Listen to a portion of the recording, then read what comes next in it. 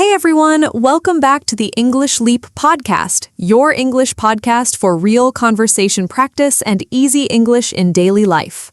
Yes, the place where we help you sound like a real, confident English speaker, one episode at a time. I'm Anna. And I'm Jake. Great to have you with us today. So Jake, let me ask you something honestly. Have you ever felt shy speaking a foreign language, even one you actually knew pretty well? Oh, 100%. I remember learning Spanish years ago. I knew the grammar, I knew the vocabulary, but the moment a real person looked at me and waited for an answer, my brain just left the building. My brain left the building. I love that. That's exactly what today's episode is about. Yes, today we're talking about something so many of our listeners message us about: shyness. Feeling nervous, embarrassed, or frozen when speaking English, even when you actually know the words. It's one of the most common messages we get.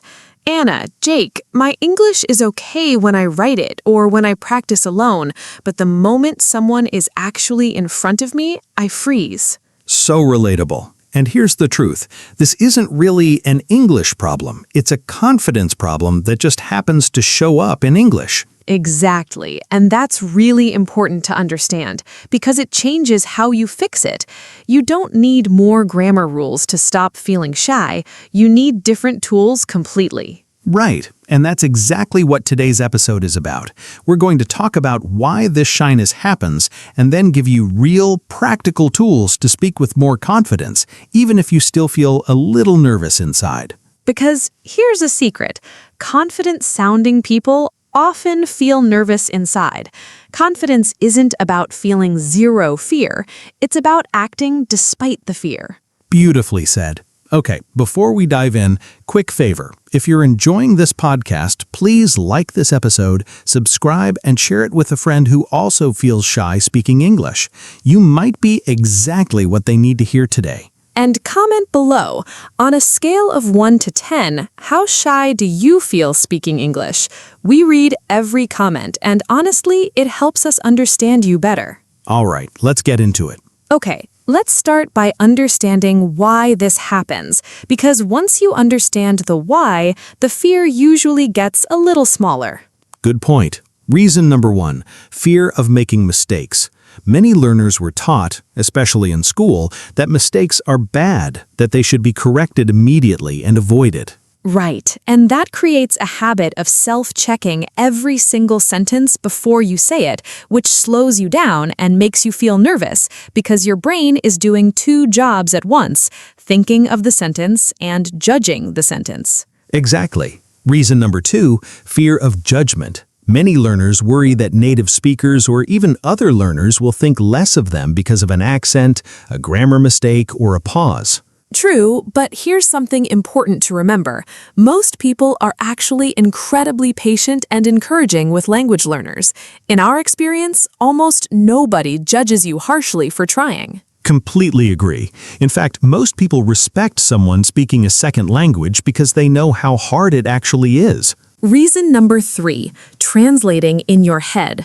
A lot of shy speakers are actually thinking in their first language first, then translating word by word into English, which takes time and creates painful pauses. Right, and those pauses feel embarrassing, so the fear grows even more, creating a really unhelpful cycle. Reason number 4, lack of practice speaking out loud.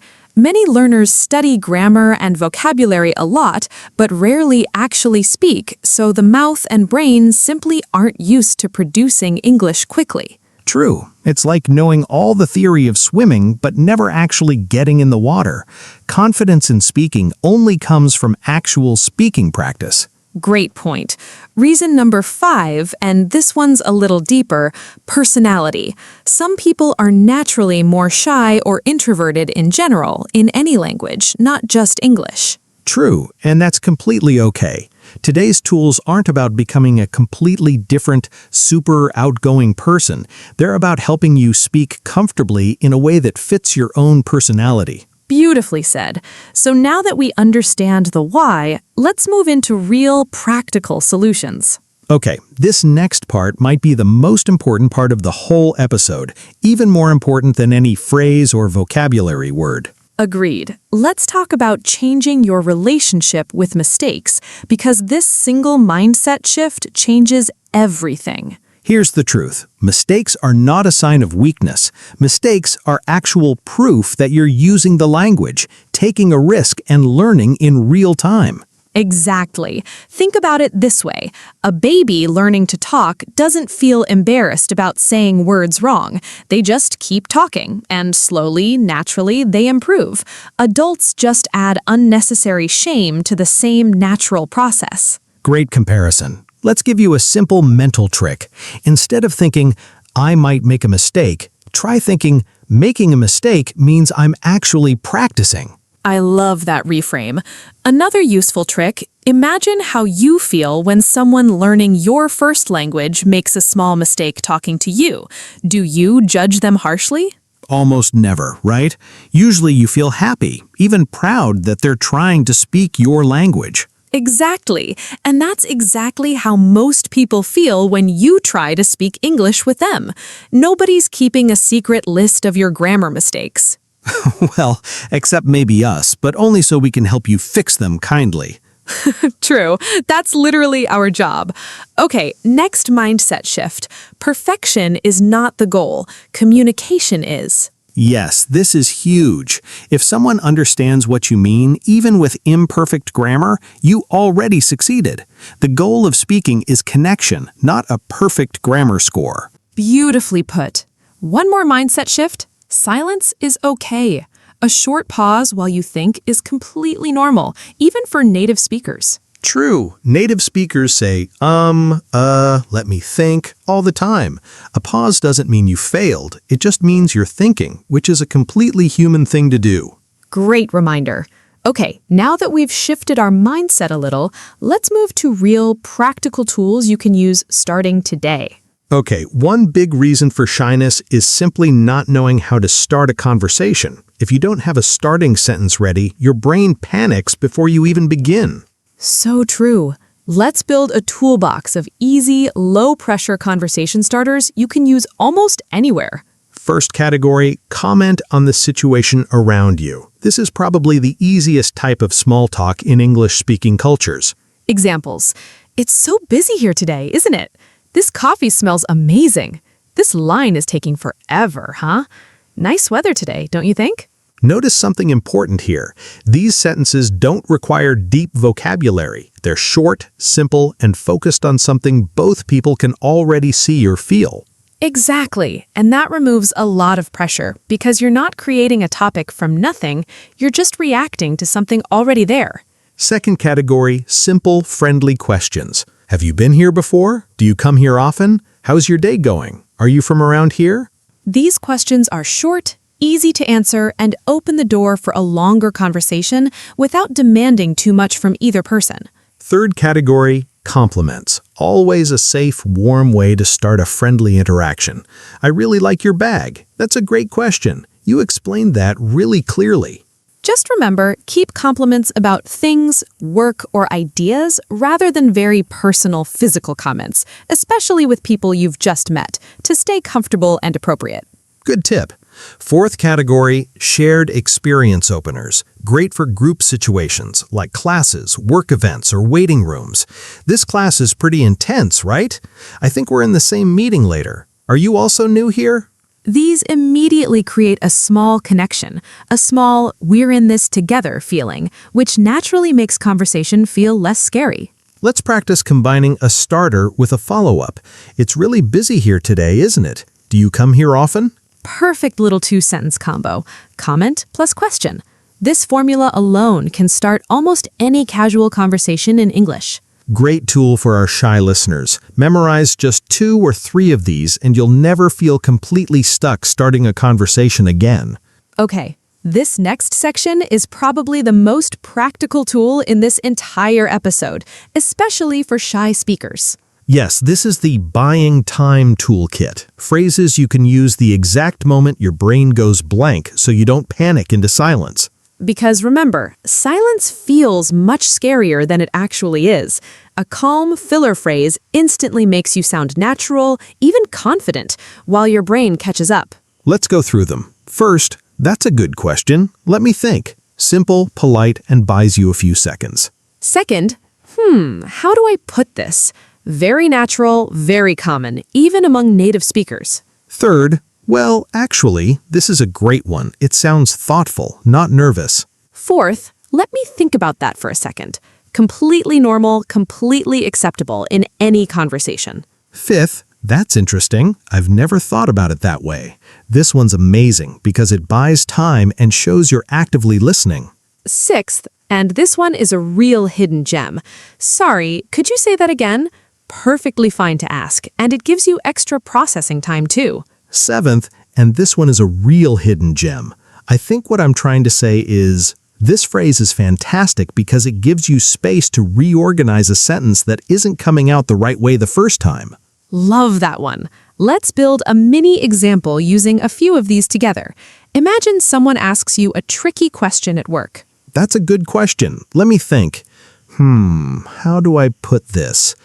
I think what I'm trying to say is, we should probably wait for more data before deciding. See that? A completely natural, confident-sounding answer, even with 2 little thinking pauses built right in. Exactly. And here's the secret. Nobody even notices these phrases as stalling. They sound completely normal because native speakers use them constantly. Beautiful tool. Memorize even just 2 of these phrases and your English will instantly sound calmer and more controlled, even on your nervous days. Okay, let's talk about something that scares a lot of shy speakers the most. What happens right after you make a mistake? Right, because it's not really the mistake itself that hurts confidence, it's the awkward moment right after, when you don't know how to react. Exactly. So let's give you tools for that exact moment. First tool, just correct yourself calmly without apologizing too much. I mean, I go there every week, not I go there every weeks. Notice no big apology, no embarrassed laugh needed, just a quick, calm correction. This is exactly how confident bilingual speakers handle small mistakes. Second tool, use a light, casual phrase to move past it. Sorry, wrong word there. Let me rephrase that. That came out wrong. Let me try again. These phrases are short, natural, and instantly move the conversation forward without dwelling on the mistake. Third, and honestly, this might be the most powerful one, humor. A small, light joke about your mistake, said with a smile, often turns an awkward moment into a warm, likable one. Absolutely. Fourth tool, simply keep going. Sometimes the best response to a small mistake is just continuing your sentence naturally without stopping at all. Right. Most small grammar mistakes are barely even noticed by the listener if you keep your sentence flowing confidently. True. Listeners usually focus on meaning, not perfect grammar, especially in casual conversation. Confidence in your voice often matters more than perfect accuracy. Beautifully summarized. Let's practice this with a quick role play. Anna, make a small mistake on purpose and show us how to recover gracefully. Okay. I have visited Paris last year. I visited Paris last year. It was amazing. Perfect. Calm correction, no drama, conversation continues smoothly. Exactly the goal. Little mistakes are just little bumps, not big walls. Okay, now let's talk about building real, lasting confidence. Not just tricks for one conversation, but daily habits that slowly build genuine comfort speaking English. Great idea. First habit, talk to yourself in English. Yes, actually, out loud, even alone at home. I know that sounds a little strange, but it's incredibly effective. Describe what you're doing while you cook, while you get dressed, while you walk somewhere. Okay, now I'm going to chop the onions. This smells really good. This builds the physical habit of speaking English without the pressure of a real listener, which is perfect for shy speakers building initial confidence. Second habit, record short voice notes. Pick a simple topic, talk for 1 minute, and listen back. You'll notice improvement much faster than you expect. Third habit, find low-pressure speaking partners. This could be a patient friend, a language exchange partner, or even an online conversation group where everyone is also learning.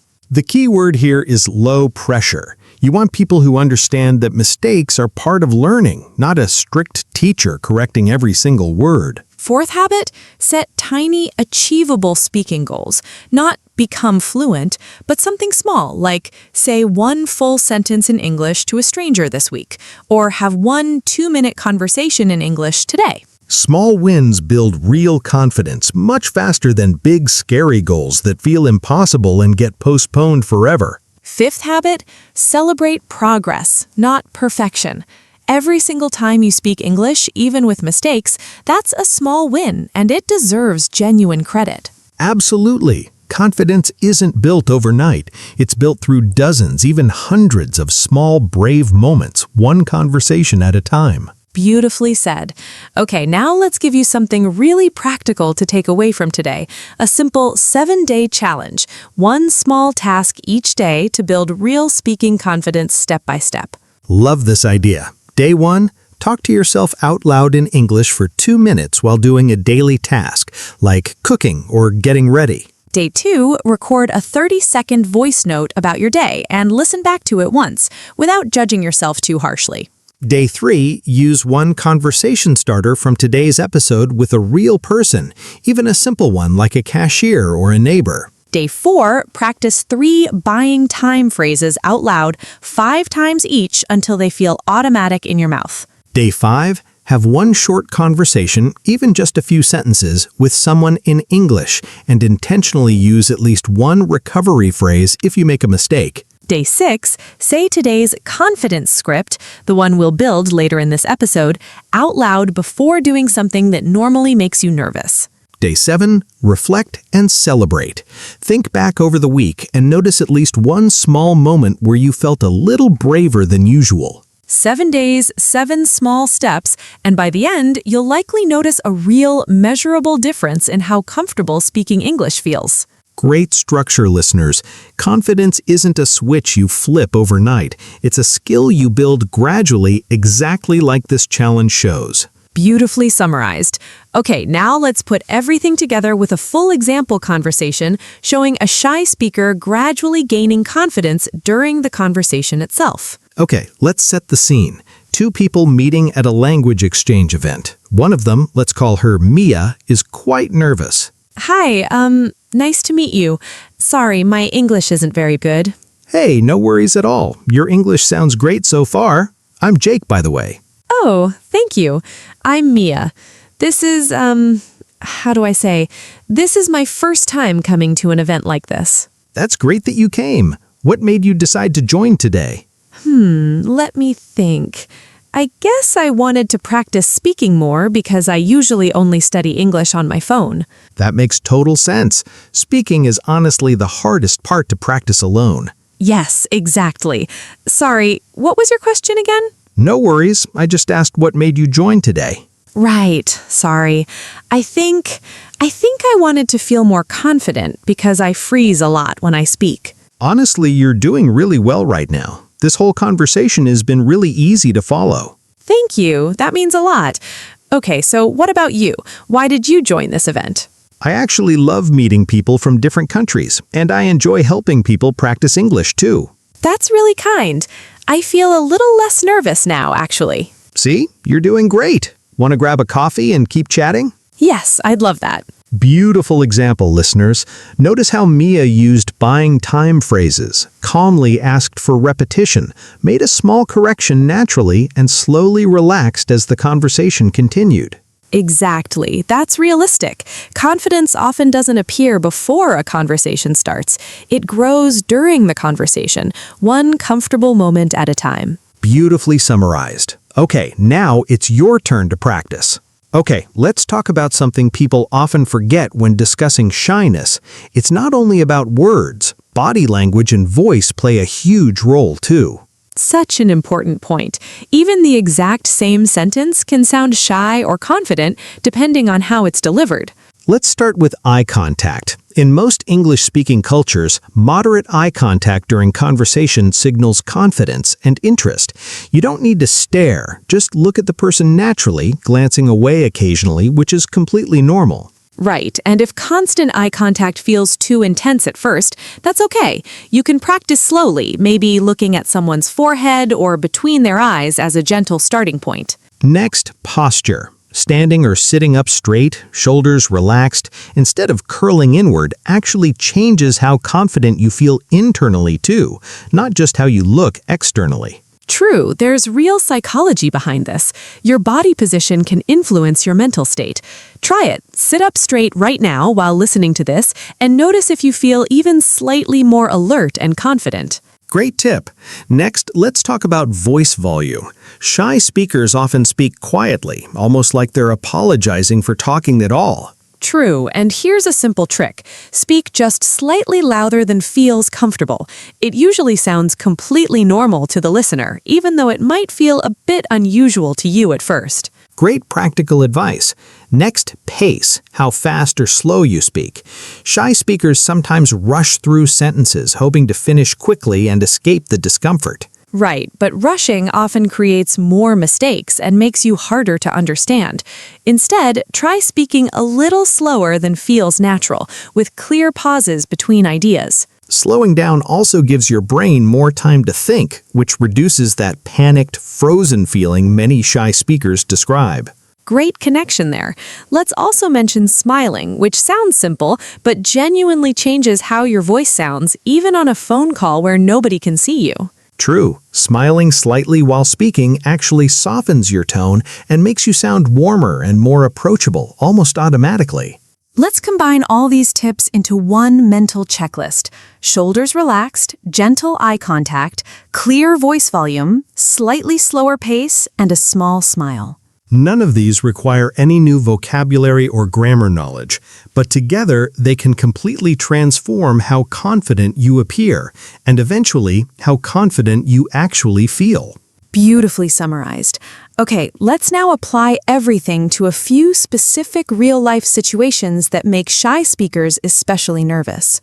Let's talk about 3 situations that tend to scare shy English speakers the most: phone calls, meetings, and presentations.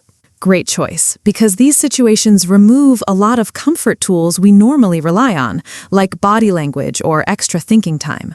True, so here are some useful phrases specifically for calls. Sorry, could you speak a little slower, please? I didn't quite catch that. Could you repeat it? Just to confirm, you said... These phrases are completely normal, even for native speakers on calls, especially with bad phone connections. Nobody will think less of you for using them. Great tip. Next, let's talk about meetings, especially group meetings, where shy speakers often stay silent the entire time, afraid to interrupt or say the wrong thing. Useful phrases for meetings. Can I add something here? I have a quick thought on that. Sorry, just to build on what you said, I might be wrong, but I think... That last one is amazing for shy speakers. I might be wrong, but I think it gives you permission to share an idea without feeling pressure to be completely certain. Great phrase. Finally, let's talk about presentations, probably the scariest situation of all for many shy speakers. True, but here's some good news. Presentations can actually be prepared and practiced in advance, unlike spontaneous conversation, which removes a lot of the fear of freezing. Right. Useful phrases for presentations. Today I'll be talking about... Let's move on to the next point. To summarize what we've covered, thank you for listening. I'm happy to answer any questions. These structural phrases act like signposts, guiding both you and your audience through the presentation, which reduces a lot of that scary, unpredictable feeling. Great final tip. Practice your presentation out loud several times beforehand, ideally in front of a mirror or recording yourself, so your mouth and brain already feel familiar with the words before the real moment. Beautifully summarized. These 3 situations, phone calls, meetings, presentations, cover a huge amount of the fear shy learners describe, so having ready-made phrases for each really does help enormously. Okay, before we move to practice time, let's answer a few listener questions about overcoming shyness in English. Great idea. First question from a listener named Hassan. What if people speak too fast and I can't understand them at all? Great question, Hassan. This is incredibly common and completely okay to address directly. You can simply say, "Sorry, could you speak a little slower, please? I'm still working on my English." Most people will happily slow down, and honestly, many will respect your honesty. Exactly. Asking for help isn't a weakness, it's actually a really strong communication skill. Next question from a listener named Yuki. I feel shy because of my accent. What should I do? Yuki, first, please know this. Having an accent means you speak more than one language, which is genuinely impressive, not something to be ashamed of. True, and honestly, most people find accents interesting, not annoying. Focus on being clear and understandable rather than trying to sound like a native speaker, which really isn't necessary at all. Great advice. Next question from a listener named Carlos. How do I stop worrying about what people think of my English? Carlos, honestly, here's a comforting truth. Most people are far more focused on themselves and their own conversation than judging your grammar mistakes. People generally aren't analyzing you as closely as you might fear. True, and even if someone does notice a mistake, it's usually forgotten within seconds. Nobody remembers small grammar slips from a friendly conversation. Last question from a listener named Aisha. What if I go completely blank and can't think of anything to say? Great question, Aisha. This happens to everyone sometimes, even native speakers. You can simply say, "Sorry, I completely blanked for a second. What were we talking about?" It's honest, light, and completely relatable. Great tip, and honestly, admitting a blank moment often makes the other person relax too, because they realize you're just a normal human, not a perfect English machine. Beautifully said. Great questions today, everyone. Thank you for sending them in. 2 more quick ones before we move on. From a listener named Grace. Does it get easier over time, or will I always feel a bit nervous? Great honest question, Grace. For most people, yes, it does get significantly easier with consistent practice. The nervousness shrinks a lot. But even fluent, confident bilingual speakers sometimes feel a small flutter of nerves in new or high-pressure situations, and that's completely normal too. Right. The goal was never to reach 0 nerves ever again. The goal is for that nervousness to stop controlling your actions so you can speak confidently even while feeling a little bit nervous inside. Beautifully put. Last one, from a listener named Tomas. What's the single most important tip from today's episode if I can only remember one? Honestly, Tomas, if you remember just one thing from this whole episode, let it be this. Communication matters more than perfection, always. I completely agree with that choice. Every tool we shared today, every phrase, every habit, all of it exists to support that one core idea. Focus on being understood, not on being flawless, and your confidence will naturally follow. Beautifully summarized, Anna. Perfect note to move into our practice section. Okay, listeners, time to actually use everything we've learned today. Speak your answers out loud. Don't just think them silently. First exercise, practice 2 conversation starters from today's episode, out loud, right now, as if you're meeting a stranger. Second exercise, pick 3 buying time phrases and say them out loud until they feel natural and comfortable in your mouth. Third exercise, make an intentional small mistake on purpose and practice recovering calmly using one of our recovery phrases. Fourth exercise, describe what you're doing right now, out loud, in English, for 30 seconds, just like our talk to yourself habit. Fifth exercise, think of one small achievable speaking goal for this week. Say it out loud right now like a promise to yourself. Great job, everyone. Remember, every single time you do this, even alone in your room, you're building real, lasting confidence. And if you're brave enough, share your speaking goal in the comments below. We'd genuinely love to cheer you on. Okay, one more bonus tool before we move on. Let's give you a short daily script, almost like a little pep talk that you can say to yourself before any English conversation that makes you nervous. Great idea, because sometimes the most powerful confidence tool isn't a phrase for the other person, it's a phrase for yourself right before you walk into the room. Let's build it together. Line 1, my English doesn't need to be perfect, it just needs to be understood. Line 2, if I make a mistake, that's proof I'm trying, not proof I'm failing. Line 3, the other person wants this conversation to go well too. We're on the same team. Line 4, a short pause is completely normal. I don't need to rush. Line 5, I've prepared some useful phrases and I trust myself to use them. Line 6, even one small conversation today is real progress. Let's say this whole script together, slowly, like a real pre-conversation ritual. My English doesn't need to be perfect, it just needs to be understood. If I make a mistake, that's proof I'm trying, not proof I'm failing. The other person wants this conversation to go well too. We're on the same team. A short pause is completely normal. I don't need to rush. I've prepared some useful phrases and I trust myself to use them. Even one small conversation today is real progress. Beautiful. Listeners, try saying this out loud before your next English conversation. Maybe in the mirror, maybe in your car, maybe just quietly in your head right before you speak. It sounds simple, but this kind of self-talk genuinely changes your nervous system's response before a stressful moment. Athletes use very similar techniques before competitions. Great comparison, honestly. Think of every English conversation as a small competition against your own nervousness, not against the other person. Beautifully said. Okay, now let's move to our cultural notes section. Okay, one more useful section before we wrap up.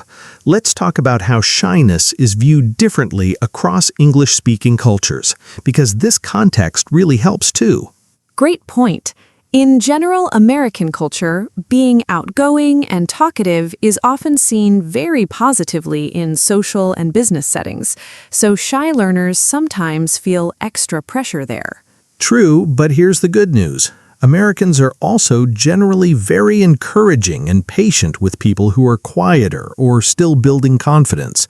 Trying is what matters most.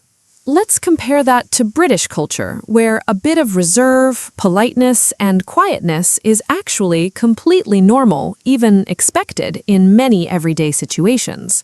Right. So if you're a naturally quieter person, you might actually feel more comfortable in British social settings, where loud, constant talking isn't necessarily the cultural default. Interesting difference.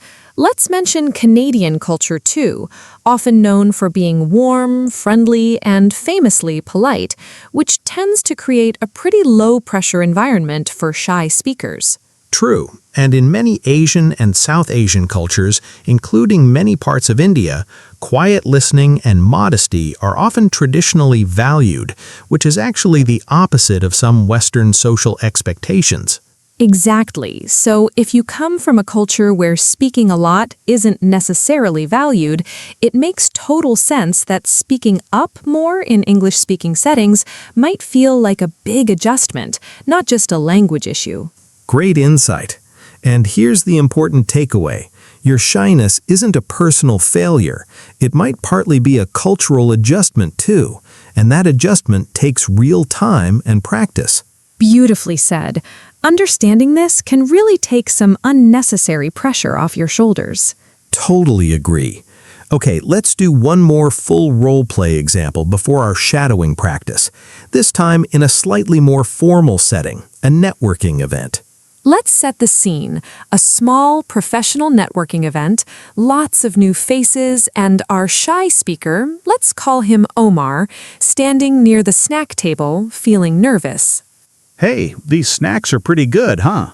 Yes, they are. Sorry, my English isn't perfect, so bear with me a little. No worries at all. You're doing great. I'm Jake, by the way. What brings you here tonight?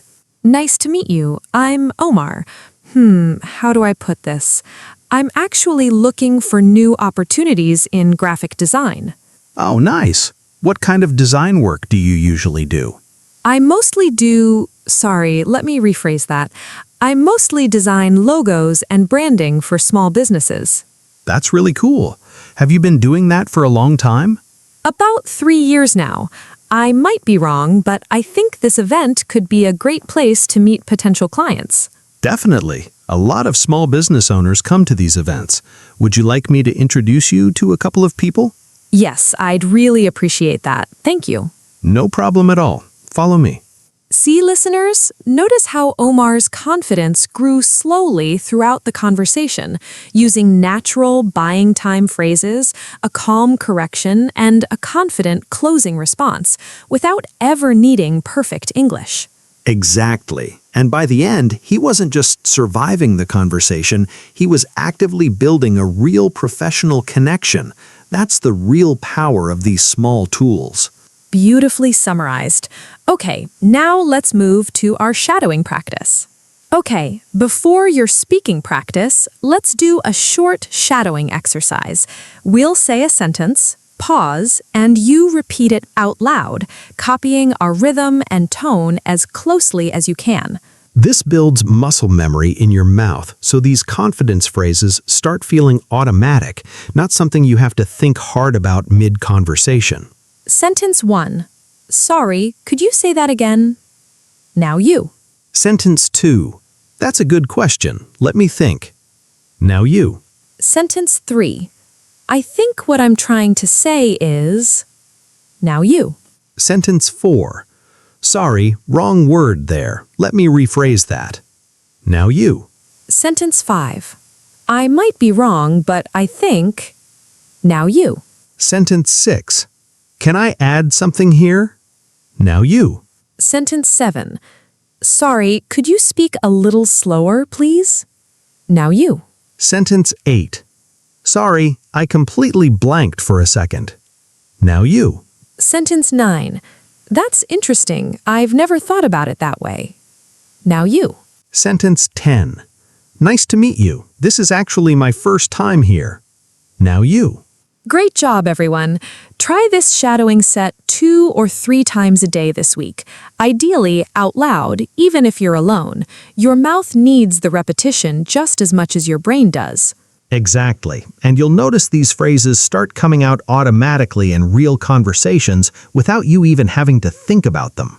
Okay, let's give you one more gift before we finish. A full glossary of every confidence phrase from today's episode, organized so you can reveal it anytime. Great idea. Conversation starters.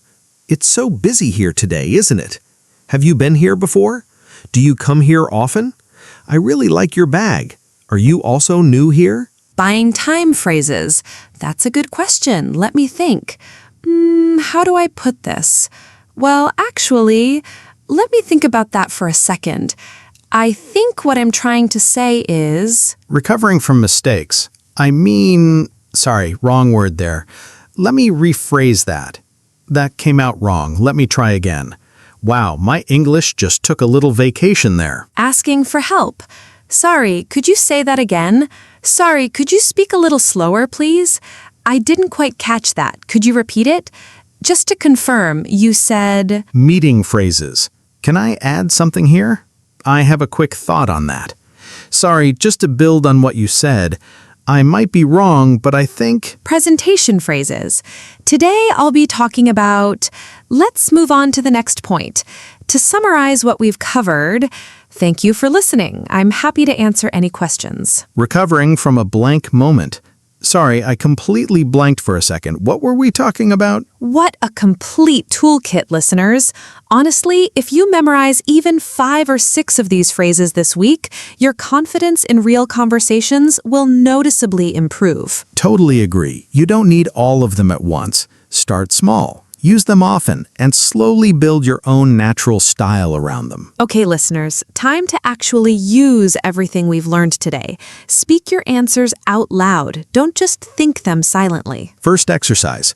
Practice 2 conversation starters from today's episode. out loud right now as if you're meeting a stranger. Second exercise, pick 3 buying time phrases and say them out loud until they feel natural and comfortable in your mouth. Third exercise, make an intentional small mistake on purpose and practice recovering calmly using one of our recovery phrases. Fourth exercise, describe what you're doing right now out loud in English for 30 seconds, just like our talk to yourself habit. Fifth exercise, think of one small, achievable speaking goal for this week. Say it out loud right now like a promise to yourself. Sixth exercise, try the phone call phrases from earlier.